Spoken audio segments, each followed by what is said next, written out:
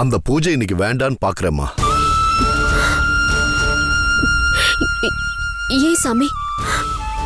பூஜை பண்ணா அர்ஜுன் நல்லபடியா வந்துருவார்னு நீங்க தானே சொன்னீங்க. உண்மைதாம்மா. ஆனா நீ போன பிறகு பூஜை பண்ணி வாக்கு கேட்ட. அர்ஜுனுக்கு எந்த ஆபத்தும் இல்ல, 10 நாள் கழிச்சு ஒரு நல்ல செய்தி வரும்னு வாக்குல வந்துச்சு.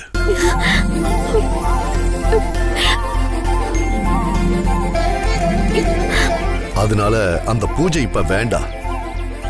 உன் புருஷன் எப்படியும் வந்துருவான்.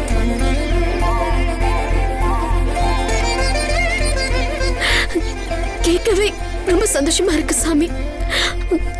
ஆனா நம்ம பண்ண போறது பரிகார பூஜை, அதையே நிறுத்தணும். இது தெய்வத்தோட கட்டளம்மா. நல்லபடியா வந்துடுவாருன்னு வாக்கு வந்ததுக்கு அப்புறம் அதை மீறி பூஜை பண்றது தெய்வ குத்தமாயிடும். 10 நாள் பொறுத்துக்கோ. உன் புருஷன் வரட்டும், அதுக்கப்புறம் ஒரு சாந்தி பூஜை பண்ணிடுவோம். சரிங்க சாமி, உங்க விருப்பப்படியே பண்ணிடலாம். உள்ள வாங்க, காஃபி சாப்பிட்டு போலாம். பரவாயில்லம்மா, நீ போமா போமா.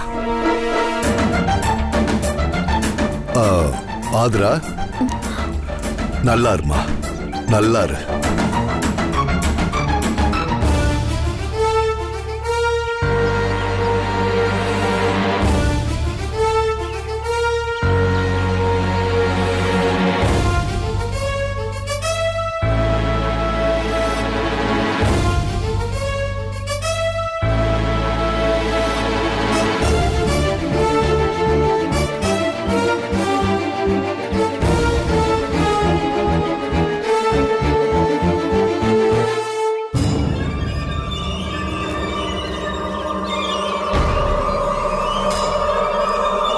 ரொம்ப நன்றி பகவான்ஜி.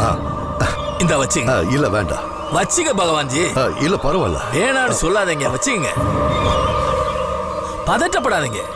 அவ ஒரு தீய சக்தி. அவளுக்கு இந்த முடிவுதான் சரி. அவ திரும்ப வரமாட்டான், மேல போய் சேர்ந்துருவா. தைரியமா போங்க, ஒன்னும் பயப்படாதீங்க பகவான்ஜி. சரி சரி.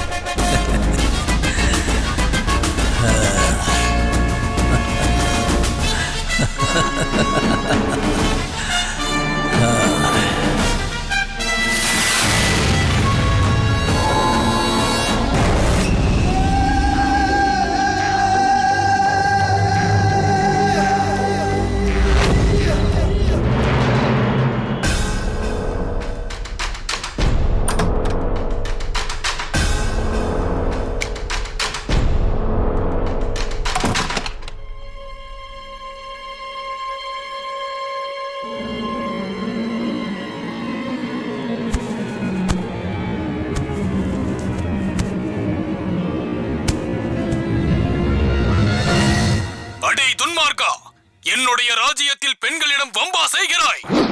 கண்டாயா என்னுடைய புஜபல பராக்கிரமத்தை? அடியேன் ராஜாதி ராஜா.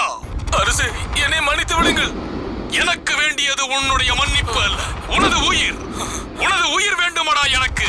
அரசே, உனது உயிர், உன்னுடைய ஆத்மா, உன்னுடைய கொப்பளிக்கும் உனது குருதி, இவை அனைத்தும் எனக்கு வேண்டுமடா. எனது வாழ்வீச்சில் உனது சிரம் துண்டிக்கப்பட்டு பிண்டம் வேறு முண்டம் வேறாக விழுவதை நான் காண வேண்டும். இந்த கனவை, உனது சிரத்தை என் வாளுக்கு இரையாக்குகிறேன். பாருங்கள்.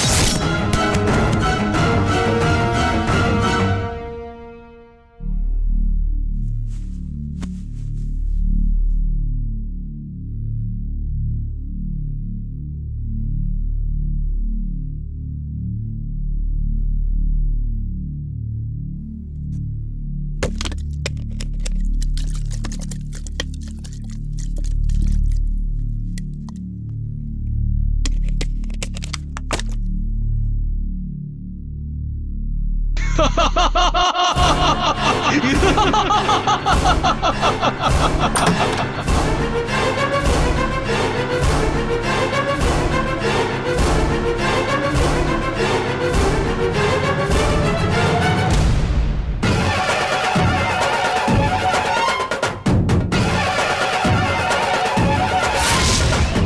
ha!